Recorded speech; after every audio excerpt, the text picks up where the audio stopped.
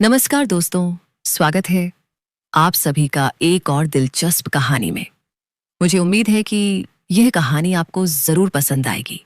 मेरा नाम प्रीति है। मेरी शादी को अभी कुछ ही वक्त हुआ है और मैं अपने पति के साथ एक खुशहाल जीवन बिता रही हूँ। मेरे पति मुकेश एक प्राइवेट कंपनी में काम करते हैं और हमारी आपसी समझ और प्यार बेहद गहरा है। हर दिन हम दोनों एक दूसरे को और अच्छे से जानने और समझने की कोशिश करते हैं। शादी के बाद का हर पल जैसे किसी खूबसूरत ख्वाब जैसा लग रहा है। मुकेश अक्सर मेरे लिए नए नए कपड़े और गिफ्ट्स लाते हैं। वह जानते हैं कि मुझे फैशन और ड्रेसिंग से कितना लगाव है। आज सुबह जब मैं घर पर अकेली थी तो मैंने सोचा कि क्यों ना आज मुकेश को थोड़ा स्पेशल फील कराया जाए।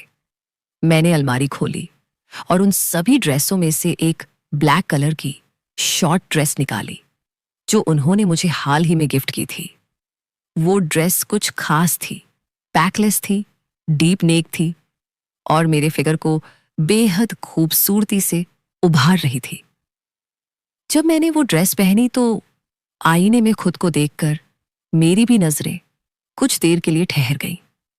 खुद को इस तरह देखकर एक अलग ही आत्मविश्वास महसूस हो रहा था। मैंने मुस्कुराते हुए उस ड्रेस में कुछ खूबसूरत सी सेल्फी ली और मुकेश को भेज दी। कुछ ही देर में उनका रिप्लाई आया। जानू, ऐसी फोटो भेजकर क्या मेरा खून करने का इरादा है?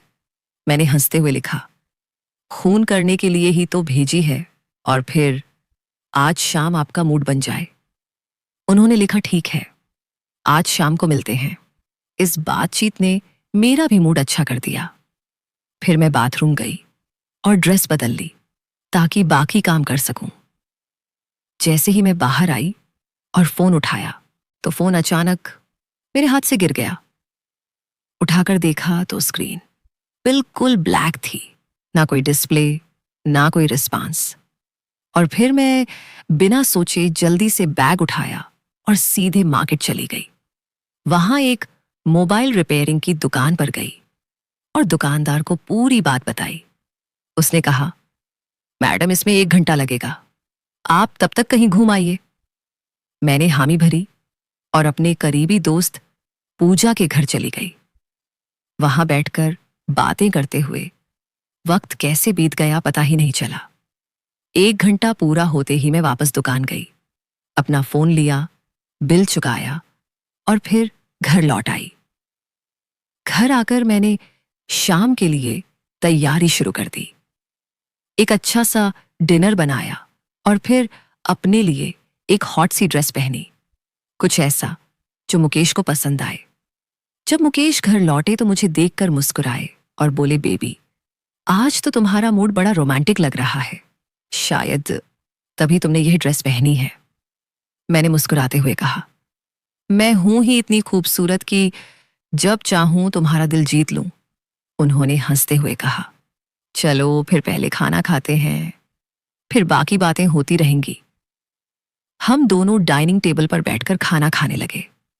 तभी मेरे पति के फोन पर कॉल आया। वह उनके दोस्त का था। कॉल उठाते ही उसने कहा, आज भाभी तो ब्लैक ड्रेस में बहुत ही हॉट लग रही थी। उन्होंने चौंकते हुए पूछा, क्या तुम किस बारे में बात कर रहे हो?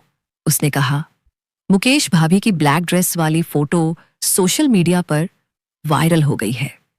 लोग उस पर अजीब अजीब कमेंट्स कर रहे हैं। मेरे होश उड़ गए। मैंने जल्दी से कॉल कट किया और सोशल मीडिया खोलकर देखा। वही फोटो जो आज मुझे भेजी थी वह अब इंटरनेट पर वायरल हो चुकी थी। ढेरों लाइक्स, शेयर और कुछ बेहद आपत्तिजनक कमेंट्स थे। मुझे समझ ही नहीं आया कि यह सब कैसे हुआ। मैं कांपते हुए मुकेश से कहा, यह क्या हो रहा है? उन्होंने गुस्से और चिंता से पूछा, प्रीति, तुमने ये फोटो कहीं और तो नहीं भेजी थी? मैंने कहा, नहीं, सिर्फ आपको भेजी थी। फिर उन्होंने पूछा, क्या तुमने किसी और को अपना फोन दिया था? मैंने सोचा और फिर धीरे से कहा, हाँ, आज फोन रिपेयर कराने दुकान पर दिया था। अब सारी कड़ियां जुड़ने लगी। अब मैंने बिना देर किए तुरंत पुलिस को सूचना दी। पुलिस मौके पर पहुंची और मोबाइल शॉप वाले युवक से पूछताछ की गई। उसने कुछ देर की पूछताछ के बाद उसने अपना गुनाह कबूल कर लिया। उसने ही फोटो को बिना परमिशन के फोन से निकालकर सोशल मीडिया पर डाल दिया था। पुलिस ने उसे तुरंत हिरासत में ले लिया और फिर मेरी फोटो सभी सोशल मीडिया प्लेटफॉर्म से मेरी हटवा दी। मुकेश ने मुझे गले लगाते हुए कहा, प्रीति, आगे से किसी अनजान को अपना फोन देने से पहले सतर्क रहना। यह छोटी सी गलती बहुत बड़ी परेशानी बन सकती है। मेरी आंखों में आंसू थे, लेकिन उस पल मैं खुद को सुरक्षित और सम्मिलित महसूस कर रही थी। मैंने कहा, अब मैं कभी किसी को अपना फोन ऐसे नहीं दूंगी बिना पूरी सुरक्षा के। यह सबक मुझे जिंदगी भर याद रहेगा।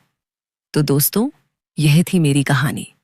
अगर आपको यह कहानी पसंद आई तो देशी वॉइस संजना को सब्सक्राइब करें और अपने विचार हमसे जरूर साझा करें।